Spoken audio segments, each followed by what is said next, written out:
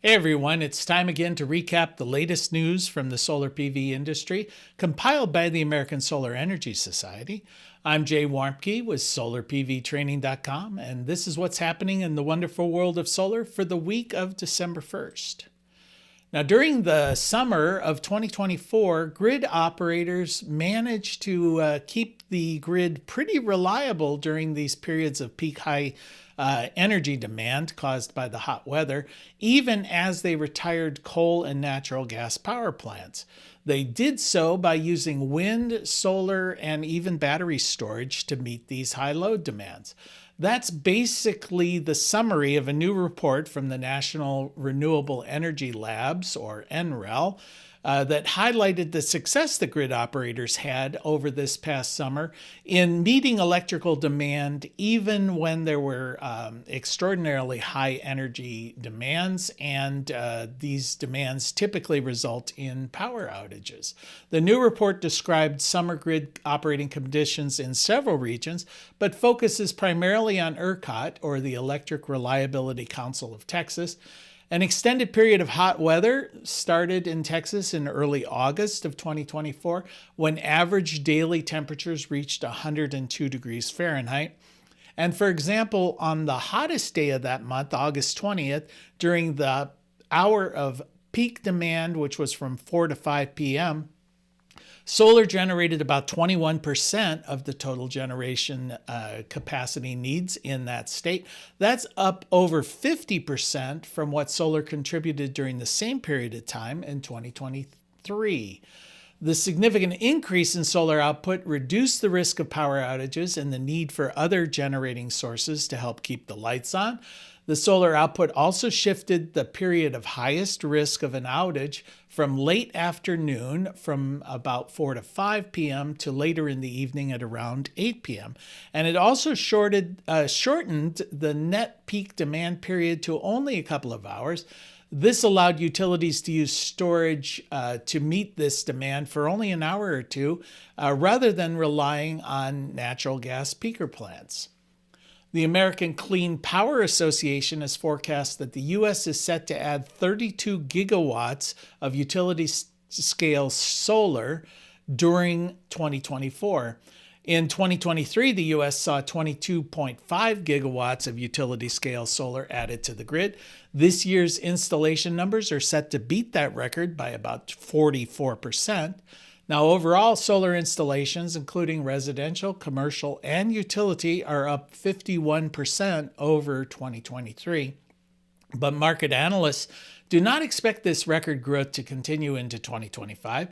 Increased tariffs on imported solar panels, as well as uncertainty surrounding incentives that may be curtailed by the incoming administration, have led to projections that the industry will actually see a 16% drop in solar installations in 2025.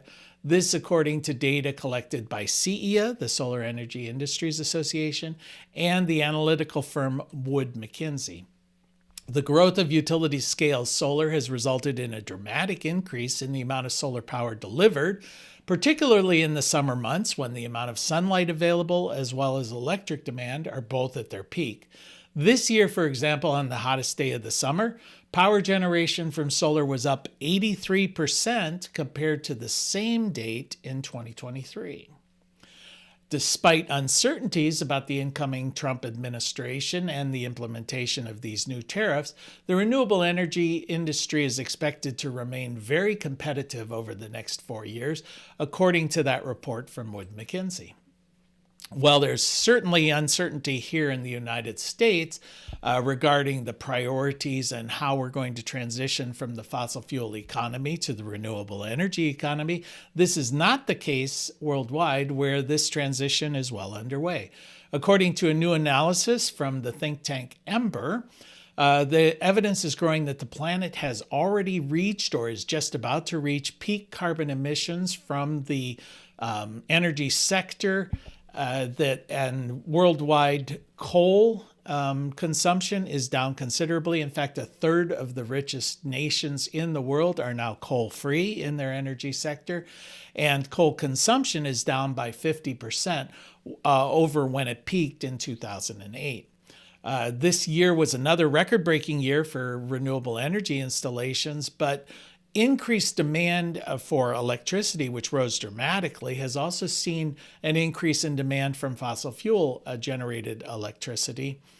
Now, according to the IEA, the International Energy Agency, they're projecting that even though we're seeing a huge increase in renewables, that actually fossil fuel consumption within the energy sector will only be down about 3% by 2030 over what it was last year in 2023. This is well below targets that have been set by climate activists. Brazil has reached the 50 gigawatt milestone in operational capacity for solar energy, according to the Brazilian Electric Regulatory Agency. This milestone puts it amongst the top 6 nations in the world that have reached that 50 gigawatt capacity level. They're behind China, the United States, India, Japan, and Germany. Now, rounding out the other top 10, we have Australia, Spain, Italy, as well as North Korea. Currently, solar energy accounts for 20.7% of Brazil's electric generating capacity, second behind its largest generating capacity, which is hydro, which produces about 60% of electricity in Brazil, and third place is wind. So in combination, Brazil ends up being one of the least carbon emitting electrical grid operations of any nation in the world. India has also seen a dramatic increase in the amount of solar that's been installed, catapulting it into third place behind China and the United States. In fact, the solar capacity within India has grown 26 times in just the last 9 years. And that's the news from the solar industry for this week. We'll see you next week.